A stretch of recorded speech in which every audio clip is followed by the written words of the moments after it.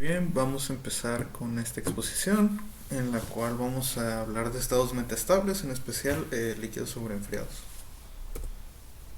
Primero hay que empezar por la definición de metaestabilidad. Muy bien, pues se le llama metaestabilidad a lo que ocurre cuando un sistema, fenómeno, como lo queramos llamar, eh, presenta distintos puntos de equilibrio, ¿no? O estables, valga la redundancia, ¿no? En los que este sistema pues puede permanecer eh, durante un lapso pues largo de tiempo hasta que ocurra una perturbación de algún agente externo, ¿no? Que lo cambie. Aquí como podemos visualizar en la gráfica, pues estamos mostrando cómo pasa de un estado uno que vendría siendo el estado mesestable a un estado 2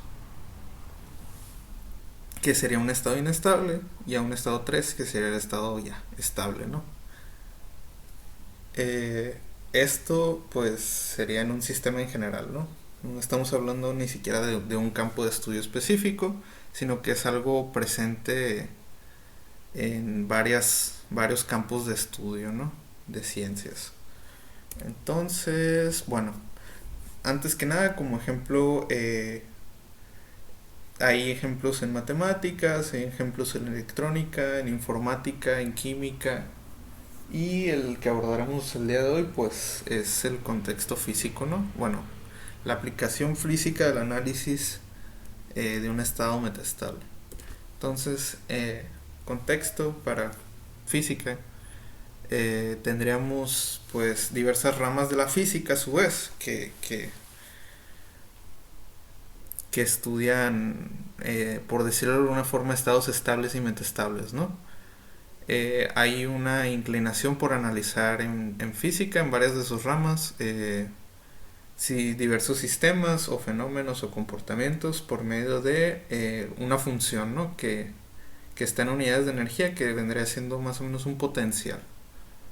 Depende, ¿no? Cada sistema, cada rama de estudio. Pero vendría siendo un potencial el cual nos da predictibilidad del sistema. En donde esto ya nos vendría describiendo mediante mínimos y máximos el comportamiento del sistema según la cantidad, la magnitud, o sí, vendría siendo la magnitud de ese potencial, ¿no? En el estado en el que se encuentra dicho sistema. Entonces, sería hasta que un agente externo influya eh, sobre el sistema, que el sistema va a cambiar, ¿no? Ya que está, por decirlo de alguna forma, estancado, ¿no? En ese mínimo local de dicho potencial. Entonces, dependiendo del sistema, de las condiciones, del potencial, etcétera, ¿no? Eh, el, la energía necesaria, o mínima más bien, para extraer o hacer que cambie de ese estado metastable, pues será diferente, ¿no? Hay un mínimo para cada circunstancia, para cada mínimo local específico y para cada contexto, obviamente, ¿no? Entonces, ejemplos rápidos antes de pasarnos a lo que incumbe, que es termodinámica, pues, bueno, más bien de lo que habíamos mencionado antes, tenemos análisis por potencial de ya sea de fenómenos por cuerpo astronómico o de partículas cargadas, o todo esto que involucra un potencial, ¿no? En especial un potencial de campo central, ¿no? Entonces, podemos ver, por ejemplo, cómo analizamos órbitas, ya sea de partículas cargadas, de planetas, de cuerpos celestes, por medio de su energía inicial, ¿no? Energía mecánica. Y esto básicamente nos describe pues el comportamiento del astro, ¿no? O del cuerpo.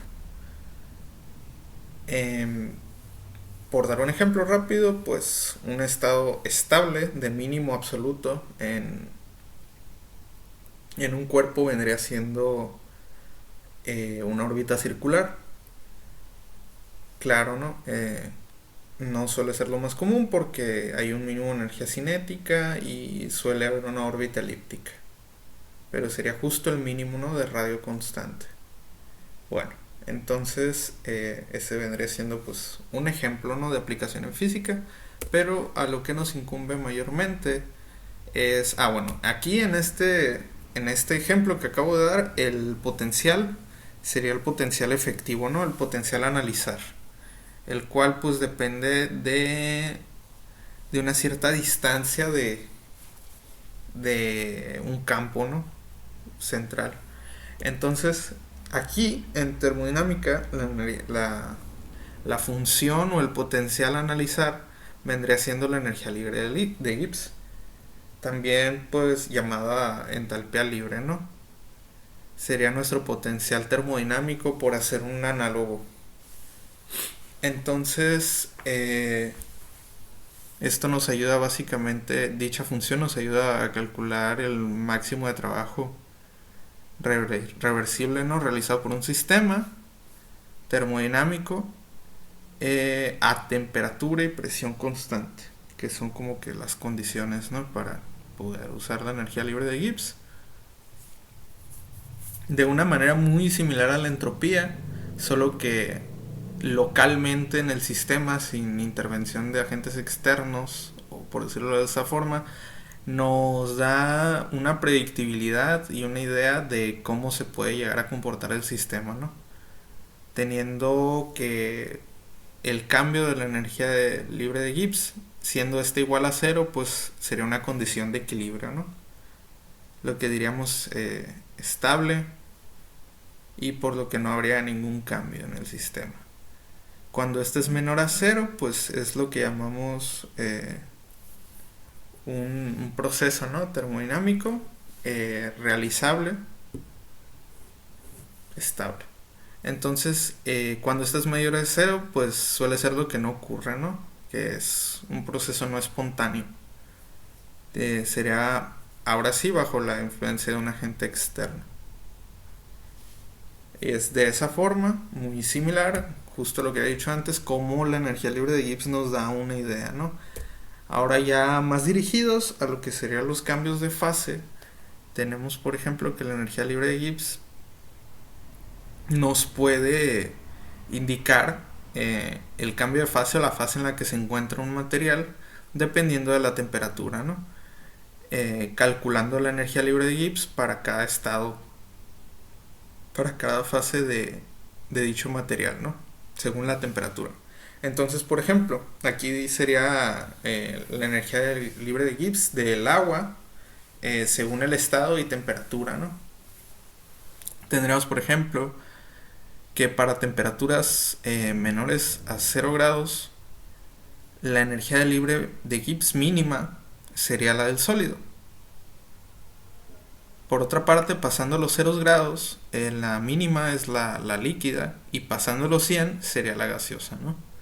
Entonces, este es un ejemplo de cómo la energía libre de Gibbs nos da predictibilidad del estado de fase, ¿no?, de un material. Siendo aquellas condiciones de dicho estado, ¿no?, las que minimizan la energía libre de Gibbs, las que ocurren vamos a decir, en la vida real, ¿no? Entonces, procedemos.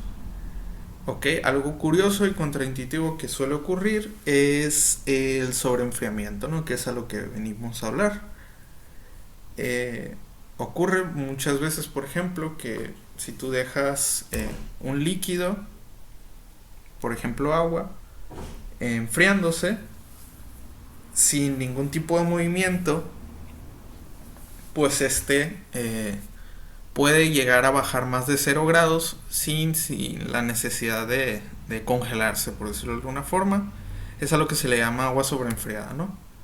Entonces, o líquido sobreenfriado. Entonces, esto ocurre básicamente, como acabo de decir, cuando el líquido sobrepasa o bueno, disminuye más allá de la temperatura de solidificación y aún así permanece líquido. Claro, cabe aclarar, pues no es un estado de equilibrio termodinámico, ¿no? No vendría haciéndolo, sino que, como vamos a ver en un momento, pues se trataría de un mínimo local. Ok, muy bien, aquí podemos ver una gráfica que nos sirve para explicar más o menos el comportamiento, ¿no? De esto, que es agua sobreenfriada.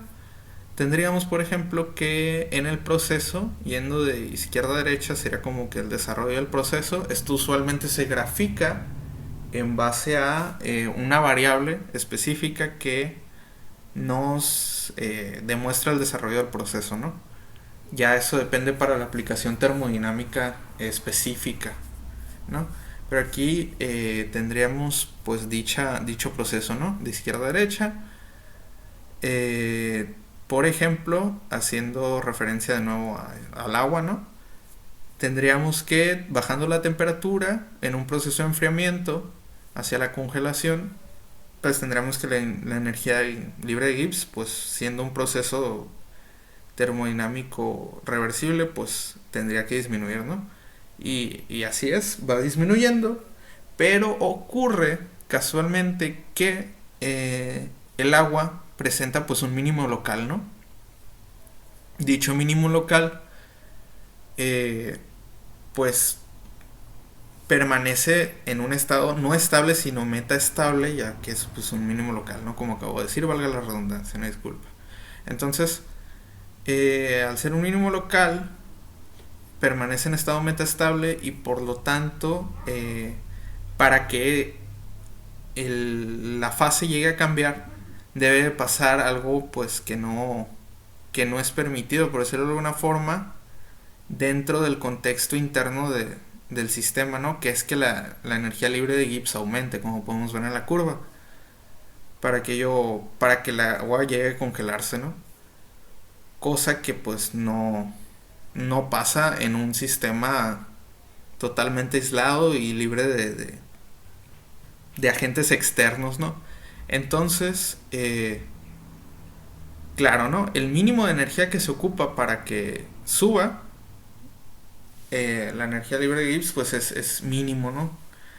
Ocurre que usualmente dicha agua, pues presenta una agitación, presenta un mínimo de energía cinética externo, obviamente, al sistema, que altera el estado del agua y ya la saca de ese mínimo, ¿no? Llevándolo a un estado inestable, como podemos ver el estado B ahí, en la gráfica, y por el cual, pues, ya estando en un estado inestable, baja al mínimo absoluto, ¿no? Que en este caso, en este proceso, sería el estado de congelación del agua. Entonces, ahí es como notamos una delta G asterisco, que sería el cambio de Gibbs. No espontáneo, como podemos verlo, no espontáneo de esta forma, ¿no? Como podemos verlo aquí, ya que hay intervención básicamente de un agente externo, ¿no? Entonces, ya el proceso, por decirlo de alguna forma natural o de congelamiento, ya sería tomando en cuenta la delta, la delta de Gibbs de la zona de abajo, ¿no? Donde se congela el agua. Pero esta es la forma en la que ocurre, ya que ocupas un mínimo de energía cinética para poder sacar el agua de ese mínimo, ¿no? De ese mínimo local que la mantiene congelada. Entonces, pues ese mínimo de energía cinética sería en base a la cantidad de masa y otras variables, ¿no? Presentes en dicho sistema. Ok, pues espero que haya sido de aclaración y eso sería todo. Gracias.